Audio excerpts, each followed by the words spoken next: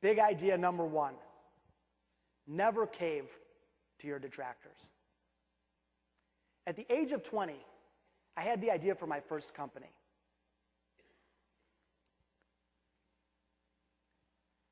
At the time, computers were starting to come in high demand, but you couldn't just run over to Best Buy and grab one or order one from Dell online.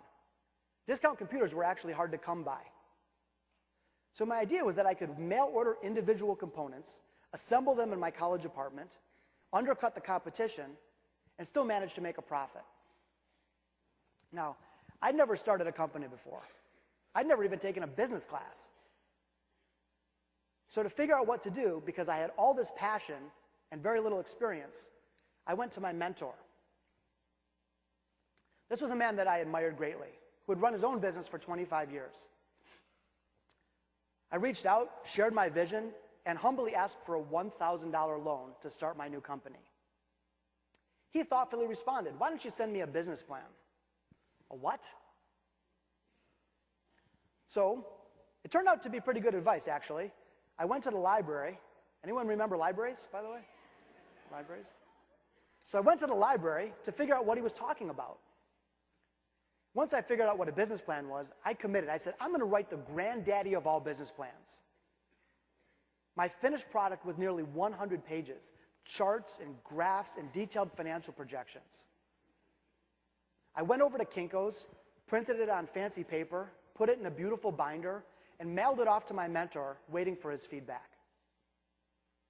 I was filled with anticipation. I was bubbling. I couldn't wait to hear what he would say. I was waiting for praise and congratulations. But what I heard was something very different, something very disturbing. That's a stupid idea. It'll never work. What the hell do you know about running a business? I'll never loan you money. That would be irresponsible. You will fail. Now, those words stung, but the pain was far greater because that man was my father. The man I'd looked up to my whole life had doomed my plan to failure and told me that I should accept defeat. Well, something inside said I should forge ahead. So I scraped up some money by playing jazz gigs. I maxed out my credit card.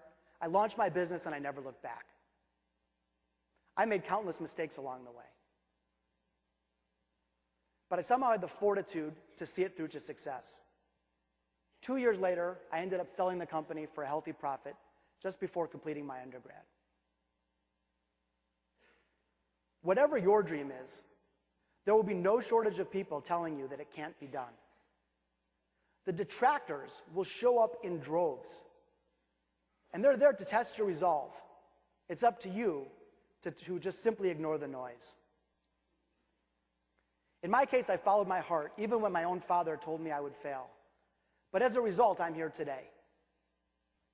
You must never cave to your detractors. You must never relinquish the power of your own journey to the fear or insecurity of another's.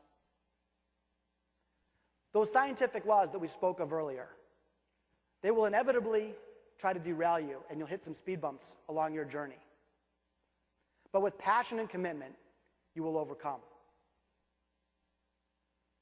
You have the gift of creation and the opportunity to make a real difference. Put passion first. Pursue the unconventional alternative. Aim at the window of the future.